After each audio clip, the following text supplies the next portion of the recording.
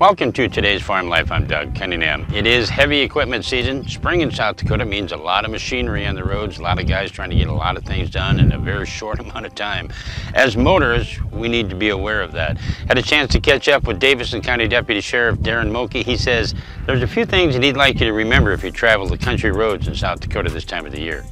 Well, the biggest thing that we want folks to remember, especially this time of year and then when we get towards fall again, is the fact that there's going to be large numbers of very big farm machinery on the roads. It's not the way it was 40, 50 years ago when you've got a 8-row corn planter or something.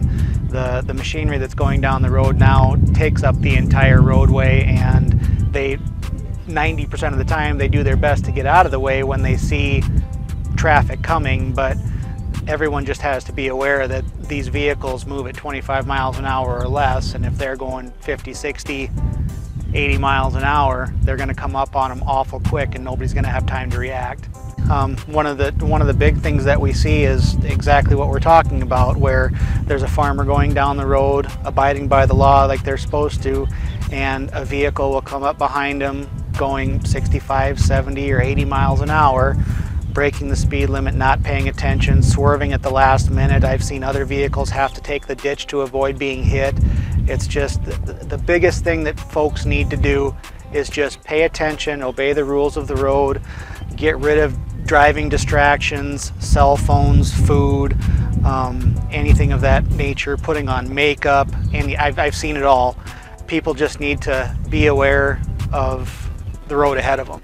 According to Moke, residents seem to know and understand that spring in South Dakota means heavy equipment season, but as the roads seem to be getting smaller as the equipment gets bigger, Moke said there are certain rules and regulations that also need to be followed on the producer's side of the equipment as well.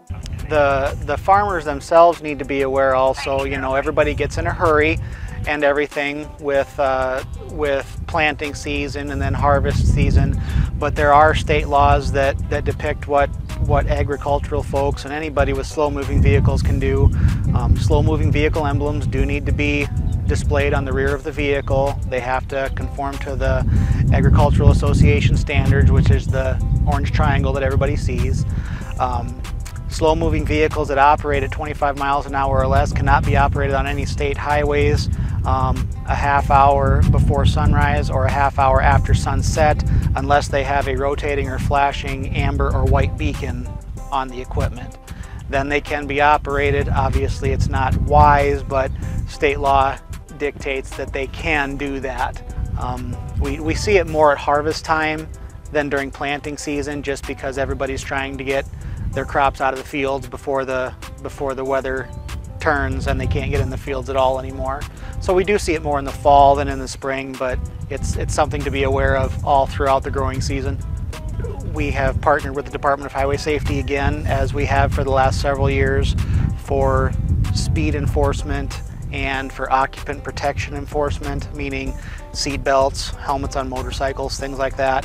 We really want people to be utilizing seat belts, to be obeying the speed limits. We're not out there to give tickets. We're not out there to ruin your day.